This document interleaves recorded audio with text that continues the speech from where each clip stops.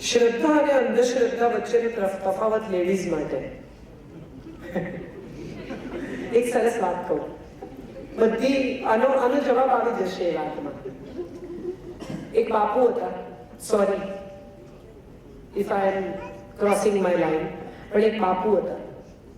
એમના એક પસાયતાએ એને પૂછ્યું કે હે બાપુ, આ શ્રદ્ધા અને અંધશ્રદ્ધા વચ્ચે શું કે? એટલે બાપુએ કહ્યું કે જેને દાંત આપ્યા છે ને એ ચવાણું આપશે, એ શ્રદ્ધા. પણ જેને ચવાણું આપ્યું છે ને એ દારૂ પણ આપશે ને અંધશ્રદ્ધા.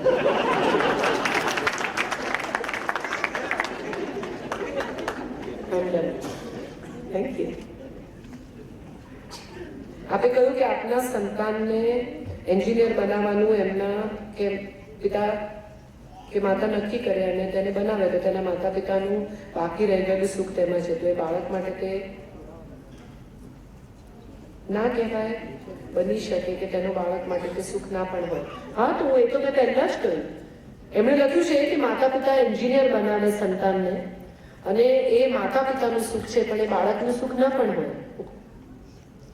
તે એક્ઝામના પેપર જેવું છે. હું જેમ ખોલતી જાઉં છું એમ મને આમ ફાળ પડતી જાય છે. મારા સિલેબસની બહારનું નહીં પૂછતા હો. હા, વાત તમારી સાચી છે. બાળકના એપ્ટિટ્યૂડને સમજવો જોઈએ અને શું કરવું છે એ જાણવાનો પ્રયાસ કરવો જોઈએ.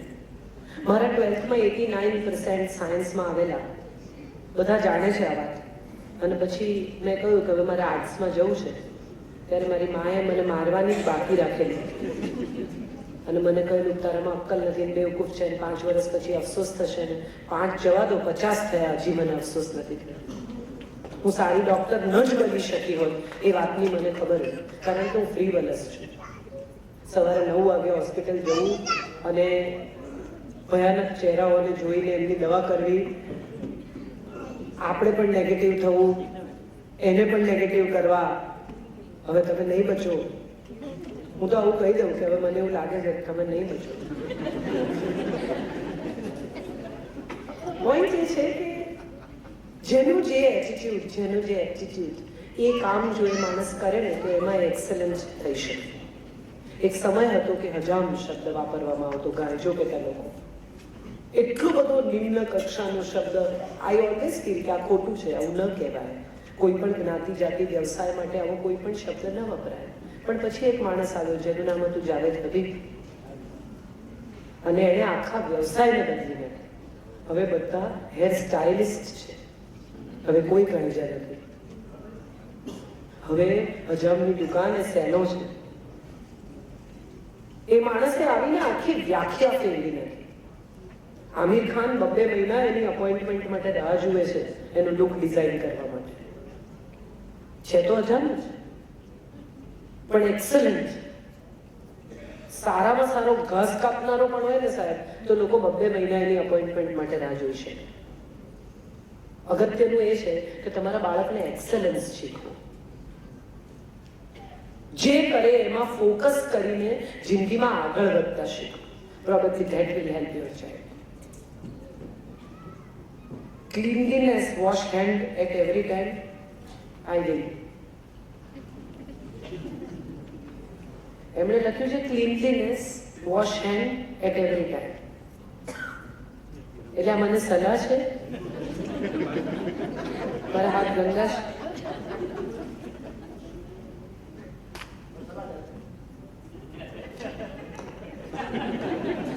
ધોઈના નથી, અથવા એવું કહે છે કે હાથ ધોઈ નાખો. શું સાચું સુખ કોઈ મળવાની ઈચ્છા નથી કે કોઈ ગુમાવવાનો અફસોસ, દુઃખ નથી? શું સુખ એટલે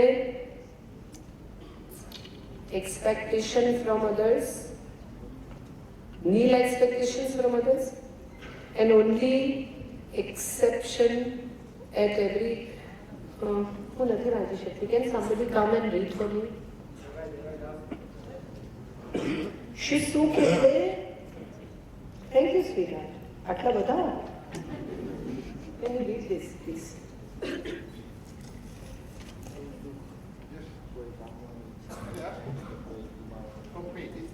જી બોલો.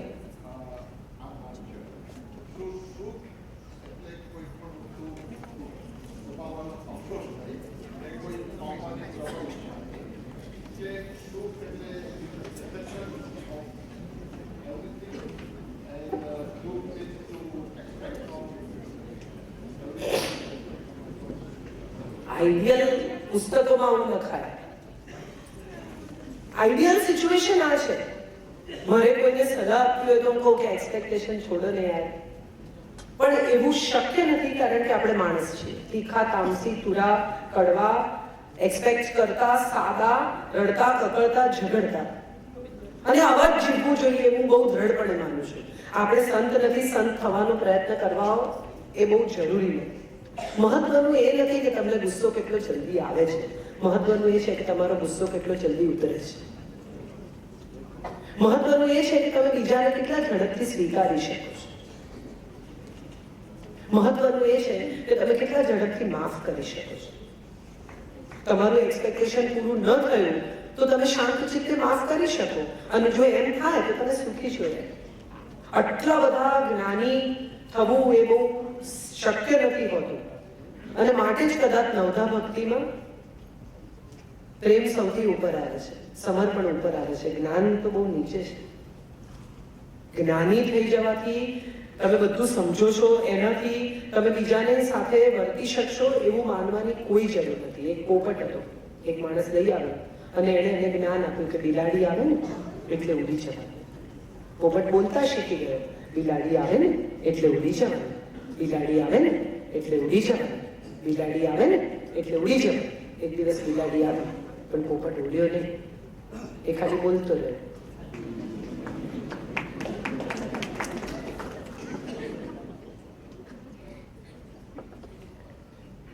Life is when we are breathing. Life is when we can see, feel, love, laugh. Life is till we are there. And the moment we are not there, there is no life. આપણે નહોતા ત્યારે પણ જગત હતું, આપણે નહીં હોઈએ ત્યારે પણ જગત હશે જ.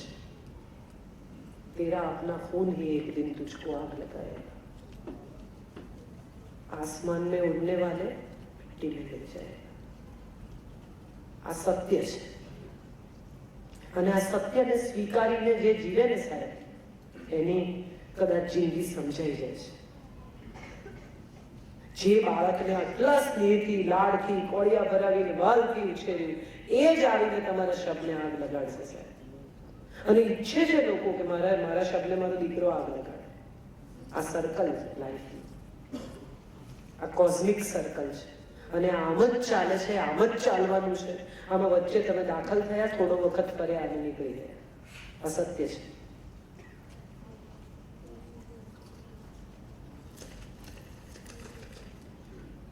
રિસ્પેક્ટેડ કાજલ, નિશા આદિત્ય આકાશ, આપના પાત્ર વિશે થોડું કહો. પ્રેમની વ્યાખ્યા, પ્રેમની ફિલોસોફી. નિશા આદિત્ય આકાશ એ મારા એક પુસ્તકના 3 પાત્રો છે. તારા ચહેરાની લગોલગ એ મારી ફેવરિટ બુક છે.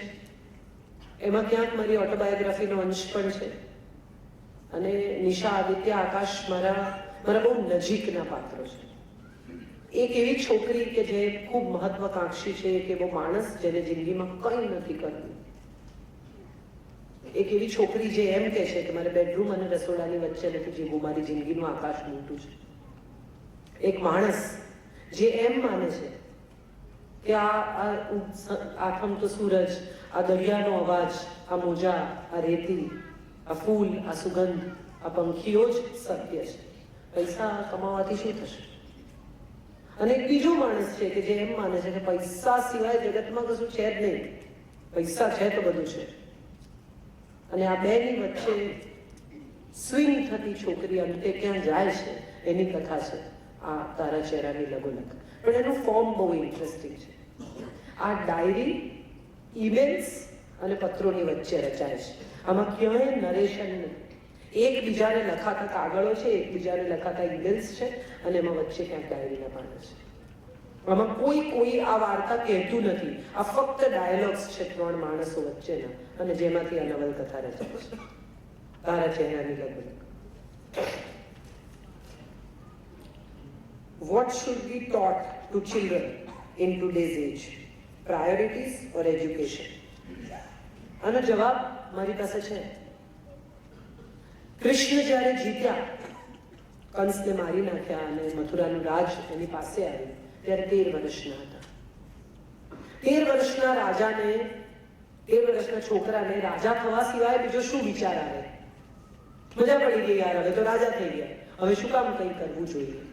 પણ એણે ઉગ્રસેનને ગાદીએ બેસાડ્યા અને સાંદીપનીને ત્યાં ભણવા ગયા. એ સાંદીપનીના નામની જમીન પર આપણે ઊભા છીએ. એણે પાવર ઉપર નોલેજ પસંદ કરે. બાળકને જે માં એવું શીખવી શકે ને કે નોલેજ પાવરથી પણ ઉપર છે, એ માં પોતાના સંતાનમાંથી એક સારો માણસ તૈયાર કરશે. અને જે માં એવું શીખવે કે નોલેજ બોલેજ બધું ઠીક છે, અંતે પાવર સૌથી વધારે છે, એ માણસ એક રાવણ, એક દુર્યોધન કે એક બીજો આવો ખલનાયક તૈયાર કરશે. પાવર તો ઓટોમેટિક આવતો હોય છે. હું એક ફોન કરું તો શહેરનો કલેક્ટર મને મળવા આવે છે, પણ મારે એ ફોન કરવો જોઈએ કે મારે કલેક્ટરને મળવા જવું જોઈએ, એ મારી વિવેક બુદ્ધિ છે, એ મારે નક્કી કરવાનું છે. અને જો હું એ નક્કી કરીશ અને યોગ્ય રીતે નક્કી કરીશ તો વર્ષો સુધી એ કલેક્ટરના દરવાજા મારે માટે ખુલ્લા રહેશે. અને જે દિવસે હું એમ નક્કી કરીશ કે સાહેબ જરા મળવા આવજો, એ દિવસે છેલ્લી વાર મળવા આવશે. અને પછીની પરિસ્થિતિ વિશે મને ખબર. So there is always knowledge over power. There is always goodness over power. There is always modesty over power. There is always emotion over power. પછી તો આપણે નક્કી કરવું.